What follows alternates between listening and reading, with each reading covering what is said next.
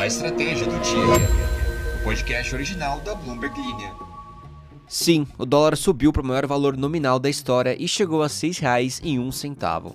Isso tudo depois que as medidas propostas pelo governo para reduzir mais de 70 bilhões de reais em gastos não atenderam às expectativas dos investidores, que estão cada vez mais preocupados com o déficit fiscal do país. Então, os investidores não gostaram do que o ministro da Fazenda falou na TV? É mais ou menos isso. A gente vai entender essa história hoje. Também vamos falar hoje sobre... Sabe a Mantiqueira, aquela marca de ovos? Olha só isso, eles preveem que 2025 vai ser um ano de salto na exportação de ovos. A maior granja do país em volume fez novas aquisições e agora planeja expandir no ano que vem com a ideia de abrir novos mercados para exportação. Pois é a vez da exportação de ovos. Antes de começar, não se esqueça de seguir esse podcast para ficar mega informado sobre exportações de ovos e também outras notícias. E não se esqueça que na descrição do episódio tá o link da nossa playlist exclusiva de músicas bacanas que antecederam o podcast no caminho diário de vocês. Eu, pelo menos, passei o dia ouvindo essa playlist e eu devo dizer que ela tá num nível de aleatoriedade bem legal. Então aproveita e já comenta aqui na caixinha dos comentários o que tava tocando antes de começar o episódio pra você. Este episódio de A Estratégia do Dia é oferecido por Sankhya. A Sankhya oferece a melhor solução de gestão para o seu negócio. Da operação à gestão, a Sankhya integra os processos da empresa de forma inteligente, com segurança e eficiência, impulsionando a inovação e os resultados dos seus clientes. Acesse www.sankhya.com.br e saiba mais. Sankhya, a melhor solução de gestão para o seu negócio. A nossa moeda chegou a subir 1,2% nesta quinta-feira, superando a marca de R$ 6. Os juros futuros dispararam quase 40 pontos base e o índice de referência da Bolsa Brasileira caiu para o nível mais baixo desde agosto. Qual que é o impacto disso? Bom, isso tende a encarecer o crédito e também diminuir o apetite por investimentos em ações. Bom, como a gente viu, o ministro da Fazenda, Fernando Haddad, apresentou um plano aguardado há meses para cortar mais de 70 bilhões de reais dos gastos públicos até 2026. As medidas incluem limites para o crescimento do salário mínimo, tetos para altos salários de servidores públicos e imposto de renda mais alto para pessoas com rendimentos acima de R$ 50 mil mensais. Abre aspas. O pacote vai na direção certa, mas tem um impacto muito limitado. É insuficiente para resolver as questões fiscais relevantes para o mercado. Fecha aspas. Quem disse isso foi Cristiano Oliveira, economista-chefe do Banco Paine. E se tem uma coisa que tem atingido os ativos brasileiros é o pessimismo em relação ao déficit fiscal do país. Vale lembrar que desde que Lula assumiu o cargo lá em 2023, ele tem aumentado os gastos para cumprir promessas de melhorar o padrão de vida dos brasileiros mais pobres. E também as contas públicas sofreram pressão adicional neste ano devido à resposta do governo a desastres que incluem enchentes históricas no Rio Grande do Sul, incêndios florestais e também uma seca recorde. Inclusive, o plano era esperado no início do mês, mas foi adiado porque Lula pressionou pela inclusão da medida que isenta de imposto de renda os salários de até R$ 5 mil mensais. A discussão aumentou o pessimismo, isso já que os operadores acreditam que isso vai diluir o impacto fiscal positivo do pacote. Vou trazer uma fala de Pedro Drux, gestor da Ocam Brasil Gestão no Rio de Janeiro. Ele diz assim, abre aspas, o governo passou o último mês criando expectativas de que apresentaria um pacote de cortes de gastos, mas o grande dia chegou e vemos estímulos fiscais. O resultado é a deterioração dos ativos, refletindo as preferências de um governo que prefere gastar mais. Fecha aspas. A falta de expectativa de que o governo vai sim manter o compromisso fiscal afetou também as expectativas de inflação, o que pressionou o Banco Central a elevar as taxas de juros enquanto o Federal Reserve dos Estados Unidos afrouxa a política monetária. O mercado precifica que a taxa Selic vai chegar perto de 15% até o final do próximo ano, isso ante os atuais 11,25%. Bernd Berg, analista sênior da InTouch Capital, tentou resumir aqui o que aconteceu.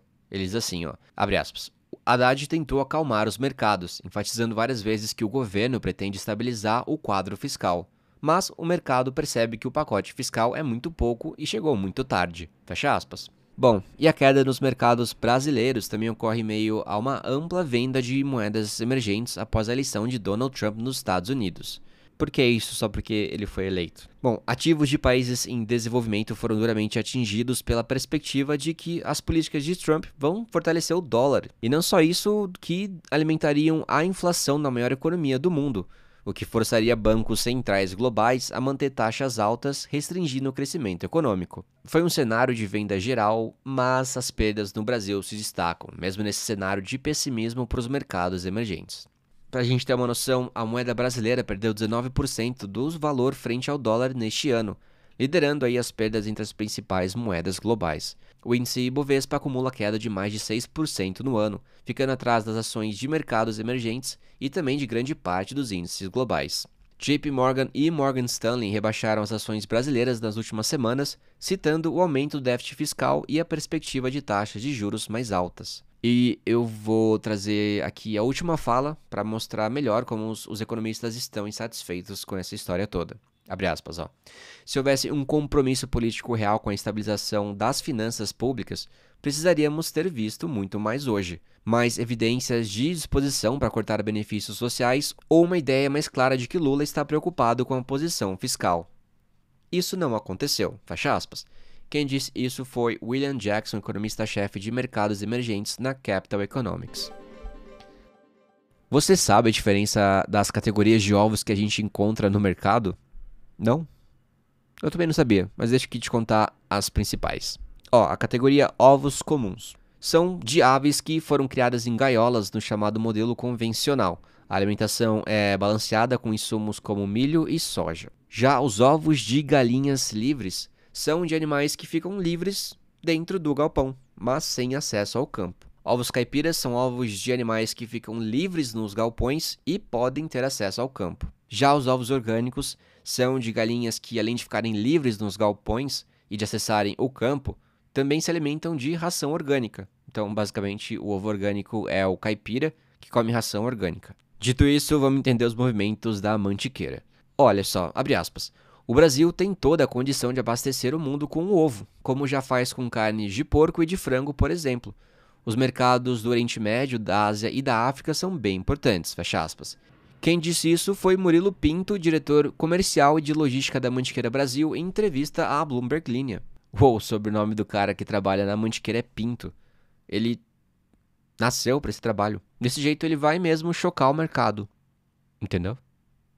Segundo informações da Associação Brasileira de Proteína Animal, os mercados da Guatemala e do Reino Unido também estão entre aqueles que podem se tornar abertos no ano que vem. Para o CEO da companhia, Márcio Uth, uma pré-condição para acessar o mercado internacional já está atendida pela Mantiqueira, que é ser líder ou dispor de uma posição relevante no país. Inclusive, o CEO da companhia é um dos executivos mais respeitados do país. Foi justamente ele quem conduziu o processo de internacionalização da Havaianas no período de 15 anos em que comandou a Alpargatas, que foi de 2003 a 2018. Ele assumiu a Mantiqueira em fevereiro de 2023. O grupo Mantiqueira produz anualmente cerca de 4 bilhões de ovos e nesse ano ocupou a 10ª posição no ranking mundial de produção dessa proteína.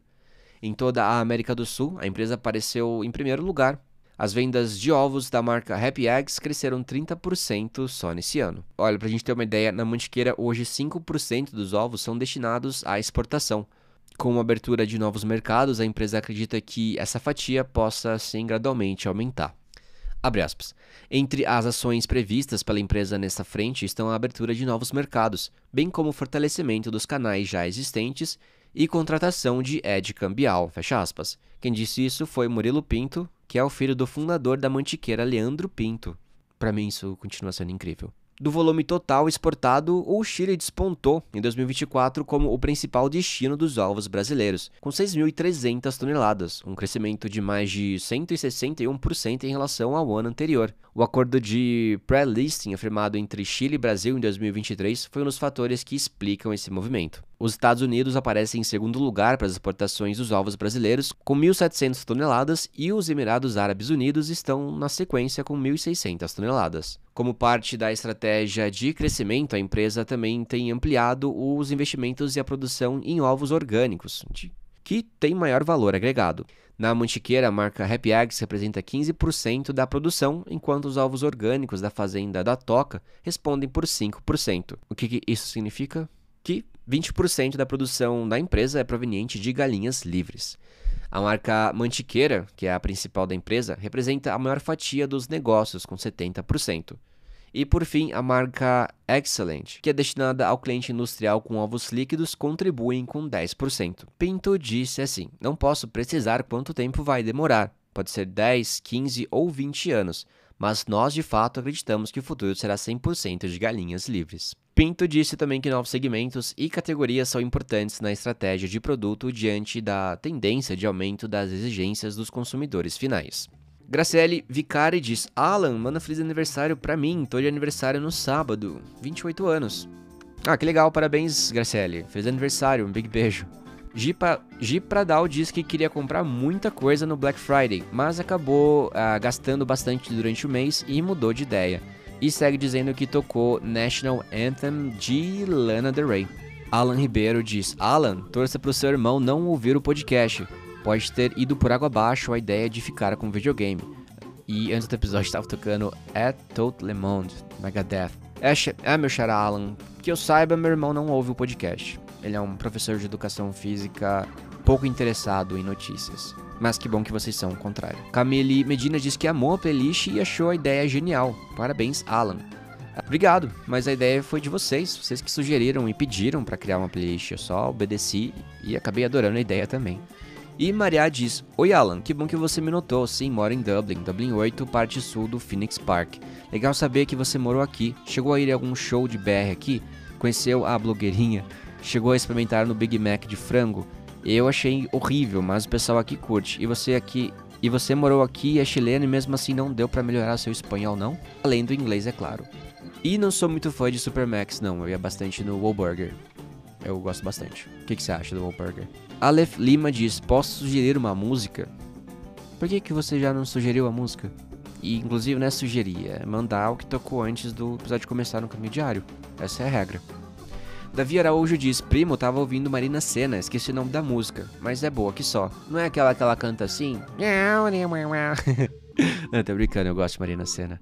Jennifer Amaral diz: Alan, já fui sua vizinha, Ronela. Te escuto todos os dias e é uma maneira muito boa de ficar atualizada com as notícias do Brasil. Você é ótimo no que faz, parabéns. Pô, obrigado, Jennifer. Eu espero que você tenha um ótimo final de semana aí, com bastante Baby Guinness. E Peua Isaí diz: primo, sou de Roraima e estou escutando à 00:06. Devo ser a primeira a escutar, com certeza você foi a primeira. E não toca nenhuma música antes porque eu só consigo me inteirar das notícias diárias nesse horário. Big beijo. Pô, tá bom então, mas ainda bem que você tá ouvindo. Obrigado e big beijo aí. Gente, eu vou ficando por aqui, muito obrigado pela audiência de vocês, nos encontramos no próximo episódio e tchau, tchau. Um big beijo.